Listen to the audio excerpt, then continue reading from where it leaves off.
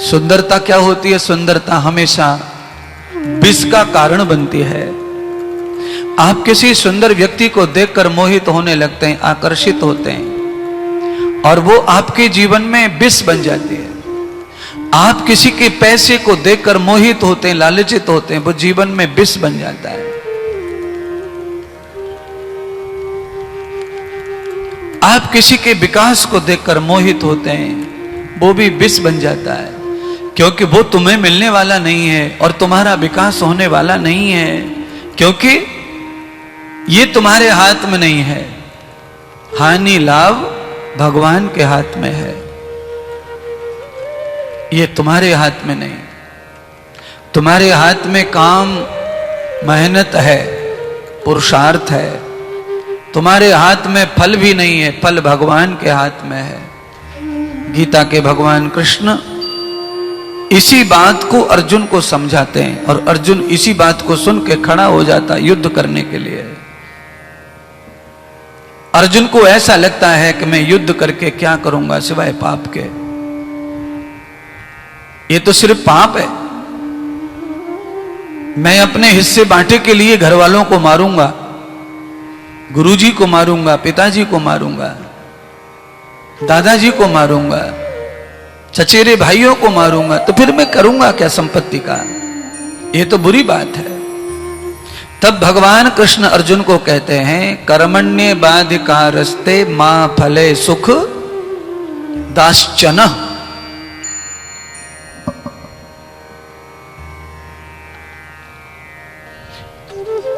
तेरे हाथ में अर्जुन सिर्फ कर्म है, फल तेरे हाथ में नहीं है। तेरे हाथ में सिर्फ कर्म है, परिणाम भी तेरे हाथ में नहीं है अर्जुन। इसीलिए तू इतना संकोच, इतना शोक, इतना कष्ट मत मान। कर्म का तू करता है और फल का भोगता तू है, पर फल तेरे हाथ में नहीं है। फल मेरे हाथ में है।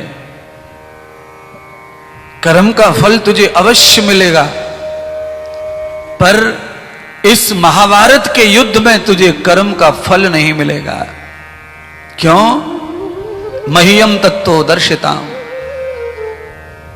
ये महाभारत का जो युद्ध है, जिसे पांडव करना नहीं चाहते थे, ये मेरी वजह से हो रहा, मैं करवा रहा हूं। ये संसार में कर्म क्षेत्र में कोई भी कर्म स्वतंत्रता से व्यक्ति जीव करता भले ही है, पर उस कर्म को करवाने का भी मेरा ही श्रेय है। जन्मेन जन्म पुण्यानाम जन्मे पाप नश्यति, जन्मम पाप उदत्यानाम जन्मम विनश्यति पुण्य।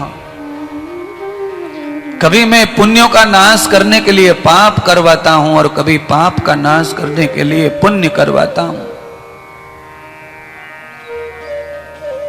और ये सब मुझे इसलिए करवाना होता है क्योंकि जीव के संस्कारों का, जीव के कर्मों के जमा पूंजी फल के रूप में उनका नाश, उनका भोग जीव को ही करना है। मैं जीव के किसी कर्म का फल अपने पास नहीं रखता, इसलिए सब लीलाएं करनी पड़ती हैं।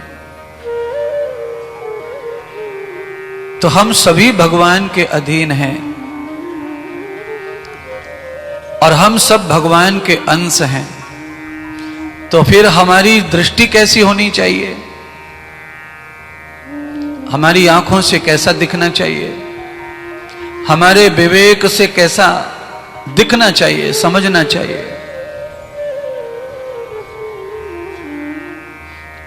मालिक नौकर को मूर्ख बना रहा है, और मालिक से दूर होकर नौकर मालिक को मूर्ख बना रहा है। कमाल की बात। नौकर क्या कह रहे थे कि आज अगर बाजार की छुट्टी ना होती तो मैं 10 रुपए में 4 टीवी। अब बताओ क्या कहते हो रमेश? अगर आज सोमवार हो, संडे की जगह बाजार खुला हो एरेंडोल का, तो 10 रुपए में 4 टीवी आ सकती है? नहीं आ सकती। तो सामने कौन है? नौकर के सामने नौकर, यानी अपने जैसा। तो उसके साथ में आदमी पीछे, चाहे वो कितना भी बड़ा मालिक है, उसको जीरो मान रहा है। और देखो दूसरी बात सुनो, दोनों नौकरों को अलग अलग बुलाया, मालिकों ने एक साथ नहीं बुलाया। क्योंकि सामने कोई चीज ऐसी जादूगरी, झूठी जादूगरी करना कठिन होता है।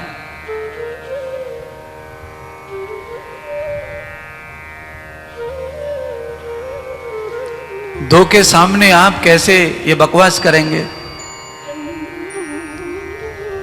नौकर का थोड़ा धर्म होता है कि मालिक के सामने चुप रहो। हाँ भाई, मालिक जो कहे वो ठीक है, बाहर जाकर के सही गलत का अपन निर्णय कर लेंगे, पर यहां सुनो।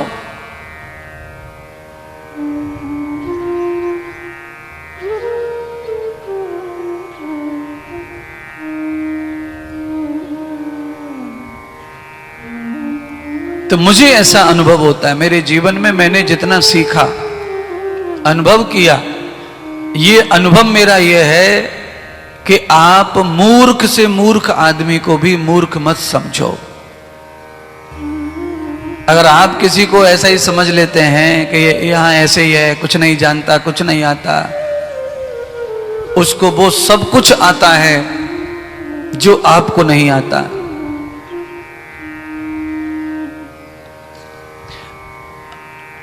हमने भी ऐसी भूल कर ली, हमने कहा ये बहुत सीधा है, भोला है, ये बहुत बड़ी भोली सीधी है। हमारे यहाँ बुजुर्ग भी रहते हैं,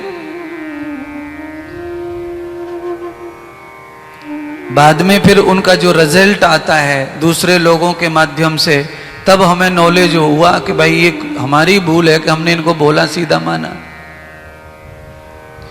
ये भोलापन, ये सीधापन, ये हमारे सामने तो था, पर अपने बराबर के लोगों में जब हम बैठते हैं तो वहां पर हमारा भोलापन, सीधापन गायब हो जाता है। वहां हमारे अंदर PhD निकल आता है, वहां PhD निकल आता है। आदमी के अंदर इतनी कला होती है कि कहां उसे मूर्ख रहना है, कहां उसे चतुर होना है, वो अपने आप ही स्वयं करता रहता है वो लीला। पर आप अगर मुझे सुनने आए हैं या मेरे प्रति श्रद्धा रखते हैं, तो मैं आपको आज एक संदेश ये देना चाहता हूं कि खुद को ही समझो मूर्ख, सामने वाले को आपको चतुर ही समझ के भोगना है, देखना है। अगर आप उसे चतुर समझ करके बांध बैठे हैं तो फिर हो सकता है कि आपका नुकसान ना हो। आप पहले से ही सावधान हो जाएंगे कि भाई इस आदमी से बचो, ये बहुत होशियार है, ये बहुत ही चालाक है। अगर ये भाव तुम में आ गया उसके प्रति, तो आप पल पल, क्षण क्षण उससे सावधान रहेंगे। और आप कोई बहुत तो सीधा बोला, ये कुछ नहीं है, तो फिर आप भूल जाएंगे और वो आदमी जो है प्रहार कर देगा आपके ऊपर, आपका कोई काम बिगाड़ देगा या कुछ और कर देगा, कुछ और कर देगा। यानी कुल मिलाकर आपको कहीं हानि हो जाए, कोई नुकसान हो जाए, हो सकता है।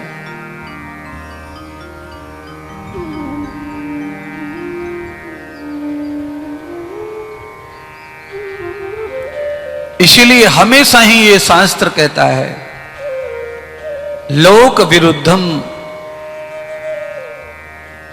आचरेत न कृत सध्यम। लोक के विरुद्ध जो भी कर्म है उसको ना कर्म करो और ना आचरण करो। अच्छा बताओ, दारू पीना लोक के विरुद्ध में है कि समाज के विरुद्ध में नहीं है? दारू पीना समाज के विरुद्ध में है कि नहीं है? अच्छा, दारू बनाता कौन है? गधा घोड़े बनाते? नहीं, नहीं, आदमी बनाता है। और ऐसे अनपढ़ लोग नहीं बनाते, बहुत सुंदर केमिकल के मालिक यानी कि वैज्ञानिक लोग बनाते हैं, पढ़े लिखे लोग, डिग्री वाले लोग। अच्छा बोलो, लाइसेंस कौन देता है? वहां तो और ज्यादा ऊंचे लोग बैठे।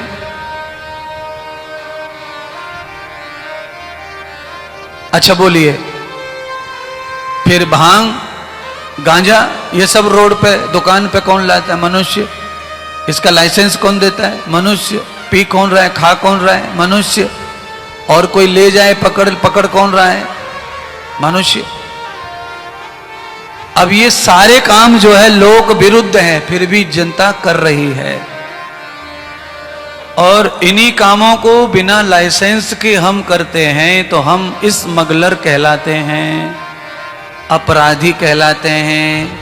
अगर वही सामान आपके पास में लाइसेंस के साथ है तो खत्म, और अब लाइसेंस नहीं है और वही दारू, वही कार्टून, वही गाड़ी, सब कुछ वही है, तो आप स्मगलर हैं और आपको सजा होगी, जेल होगी, पुलिस पकड़ेगी, मुसीबत होगी।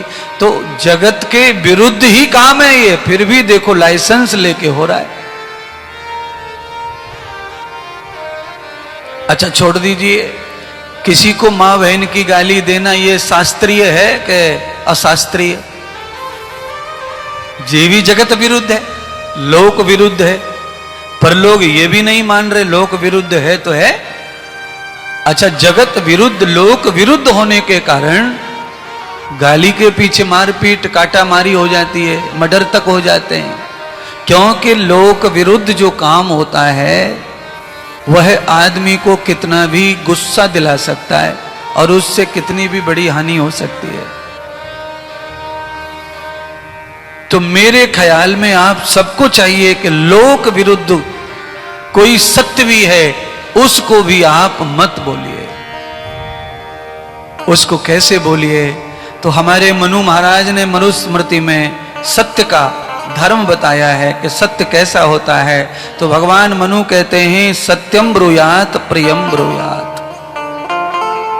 शास्त्रीय सत्य भी बोलना है, कटु सत्य भी बोले तो उससे पहले तो मत बोलो, क्योंकि वो लोक विरुद्ध है। कनेटा कहना अच्छी बात, लंगड़ा कहना अच्छी बात तो नहीं है। किसी सावले आदमी को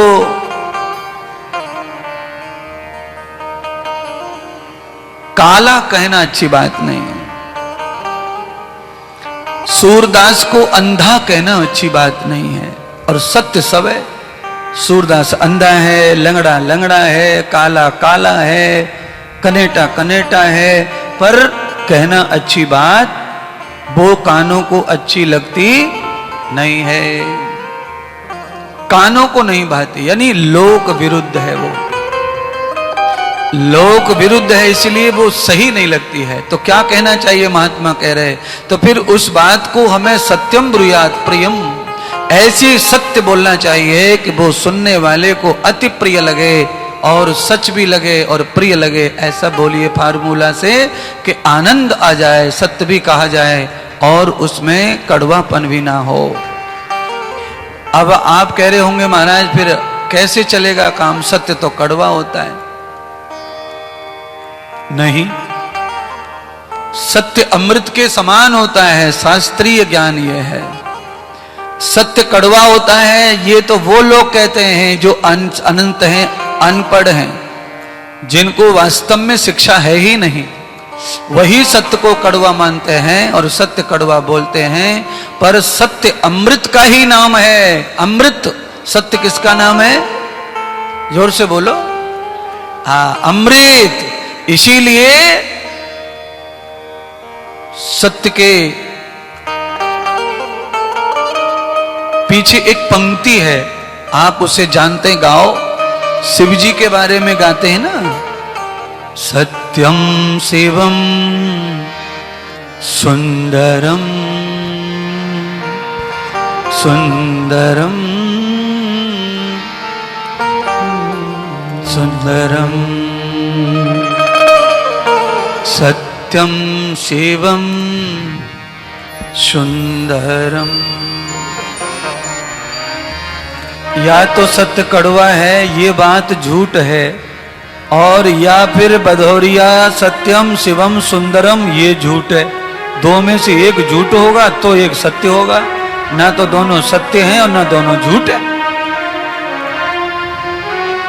बोलिए, अब आप बताएं पांडाल में जितने लोग बैठे बताओ ना कौन सा झूठ सत्य क्या है?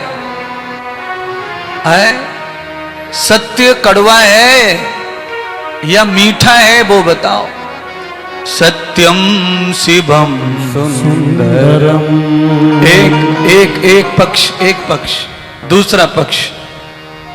दूसरा पक्ष क्या? जो तुम जो रोज बोलते हो वही है। हाँ, तुम जो बोलते हो वही तो है। सत्य तो कड़वा होता है, हम क्या करें?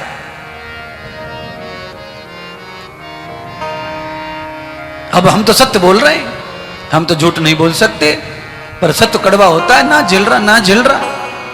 हाँ, मैं वही तो कह रहा हूं, जो दवा नहीं झिलती है उसे डॉक्टर भी देते नहीं है। जो झिल नहीं रहा वो दे क्यों रहे हो किसी को? जो झिले वो दो।